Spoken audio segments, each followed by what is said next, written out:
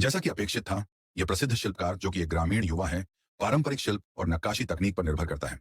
और 8 गांवों की ताकत उसके पीछे होती है, जो उसे हर दिन डिजाइन में मदद के लिए ढूंढते हैं। लेकिन अगर आपने उसकी पूरी नक्काशी की प्रक्रिया देखी होती, तो हर कोई हैरान और प्रशंसित हो जाता।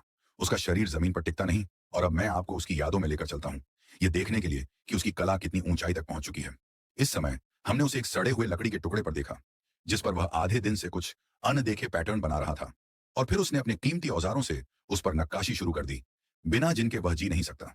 जिसे सच्चा शिल्पकार कहते हैं, वह जब सामने आता है तो उसका हुनर खुद बोलता है। उसके इस चमकदार काम से ही पता चलता है कि इस युवा ने कितनी मेहनत की है। मुझे नहीं पता कि आप इस तरह की नक्काशी तकनीकों के बारे में कितना जानते हैं। अब जब हम इस युवा की कला देख रहे हैं, तो मैं आपको एक सामान्य जानकारी देता हूँ।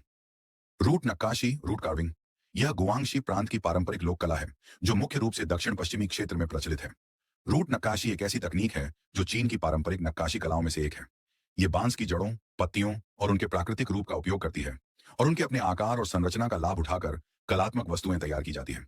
इसमें संरचना, रुचि, कलात्मक प्रसंस्करण और कारीगरी के माध्यम से मानव, पशु और अन्य कलात्मक रूप बनाए जाते हैं। रूठ नक्काशी कला प्राकृतिक सौंदर्य को खोजने और रचनात्मक शिल्प कौशल को प्रदर्शित करने का कार्य है। इसमें 3% मानव श्रम और 7% प्राकृतिकता होती है। इसमें मुख्य रूप से जड़ों के प्राकृतिक रूप का उपयोग करके कलात्मक आकार दिखाया जाता है, और मानव द्वारा उसमें कुछ हद तक सुधार और प्रसंस्करण किया जाता है। इसी कारण इसे जड़ों की कला भी कहा जाता है। हम देख सकते हैं कि यह युवा इस लोक शिल्प को बखूबी निभा रहा है। आजकल ऐसे पारंपरिक शिल्प को सीखने वाले लोग बहुत कम हो गए हैं।